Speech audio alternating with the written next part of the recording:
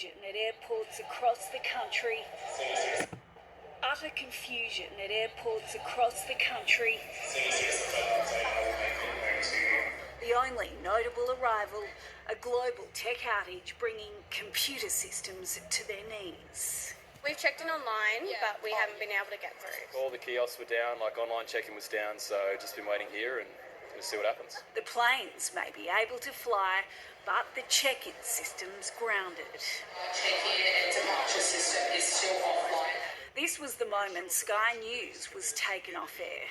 Part of what he had to say. Fuzzy screens as the international blackout spread down under. This is probably the biggest outage of computer systems globally that we've ever seen. If we think about the scale of the Optus outage just last year, this is that globally.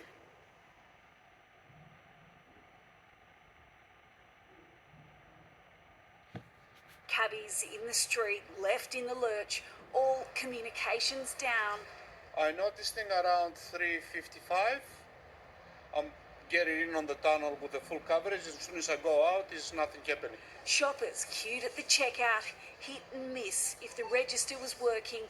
Some supermarkets closing their doors altogether. I think about 10% of them are working, maybe. Queue's quite long, and they've started telling people as they go in now that they're probably going to be waiting quite a while, I think. So, yeah. Cash is king, I guess. The online takedown didn't discriminate. Among those having issues, banks including NAB, Commonwealth, Westpac and ANZ, just to name a few. Government services, Centrelink and Australia Post, Telstra, even the National Broadband Network. What's being described as the blue screen of death, effectively locking people out of their computers. In the picture, cybersecurity company CrowdStrike, who, in their own words, secure the most critical areas of risk and stop breaches. With CrowdStrike, you get AI and industry-leading intelligence that keep you ahead of modern adversaries. So once CrowdStrike comes back online, those computers, when rebooted, will probably work just fine. The National Cybersecurity Coordinator blaming a technical issue as opposed to a hack. After 3 hours of mayhem, sanity and systems are tonight slowly coming back online. Tiffany Genders, 9 News. So our tech expert Trevor Long joins me now at the desk. Trevor, the scope of this, as we know, is massive.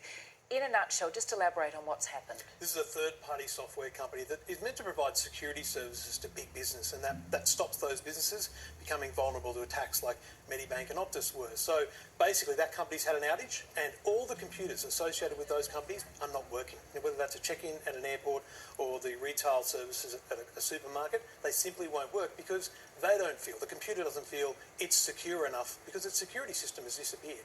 Okay, we just heard in that report that some systems are now rebooting, but the effects could linger for some time, couldn't they? Yeah, my information is CrowdStrike has found a fix, but whether they've deployed that or not is yet to be determined. But what's happening is IT departments around the world are finding a way around this and bringing systems back online. It may not still be many hours before we see true resolution to this problem.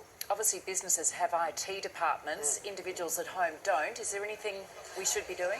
I think the great news is this won't affect individuals at home on your home computer. But of course, when you go to the shops, the service station and other places, that's where you're going to see the effects. But on our own computers, we don't need to do anything. But a small business owner who's a victim of this simply has to wait for this to be resolved.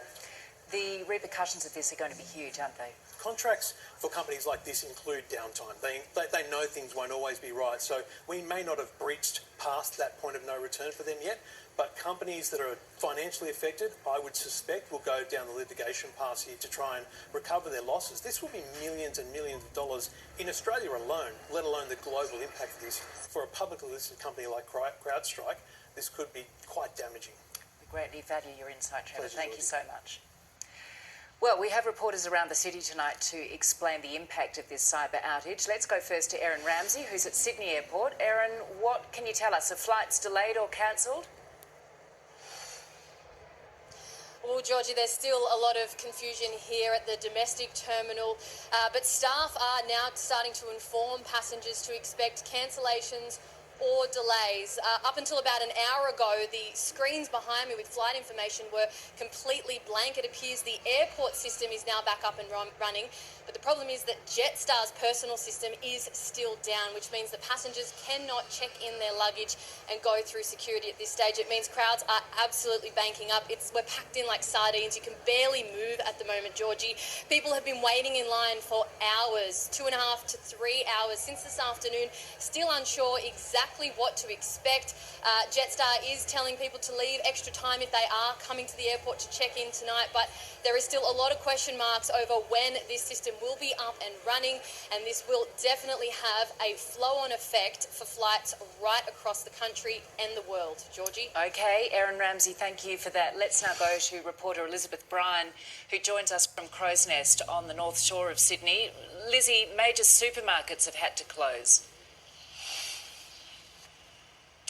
Georgie, it's a bit of a game of chance heading to your local supermarket tonight. I'm here at Coles in Crow's Nest, whose doors are open, but customers here are having to wait quite some time to access the few checkouts that are still working in scenes that are typical right across the country right now. Of course, other major retailers are being hit, from Bunnings to 7-Eleven to the major banks. NAB putting out a statement saying it's having issues with its payment services tonight.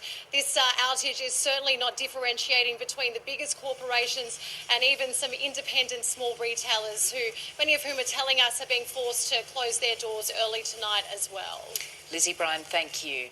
Reporter James Wilson joins us now from North Sydney. James, we understand an IT issue at a cybersecurity software company is believed to be the cause. What more can you tell us? That's right, Georgie. As Trevor mentioned before, this outage relates to cybersecurity software company CrowdStrike, which is essentially a third-party company used by many, many businesses and agencies globally to prevent them from being victims to cyber attacks, hackers, and it's also a monitoring system. Now, we understand this afternoon CrowdStrike ran an update on their monitoring systems, which, to put it simply, did not gel well with many Microsoft Windows operating systems around the globe. We saw that blue screen of death flickering, the computers crashing and trying to reboot seemingly in a sporadically manner. That was seen in Australia, New Zealand, India and of course the US. Now, we have heard recently from the Australian cybersecurity coordinator who has confirmed this issue and does believe that the CrowdStrike system is to blame. They also reiterated though that at this point there is no information to suggest it is a cyber security incident. Georgie, we are yet to hear publicly from CrowdStrike. Right now we are at their North Sydney office here in Sydney. We've reached out for comment but haven't heard anything. Obviously, operators here would be frantically busy trying to flesh out this issue so these systems can get back online tonight. Georgie. We will stay across it, James. Thank you very much for that update. The federal government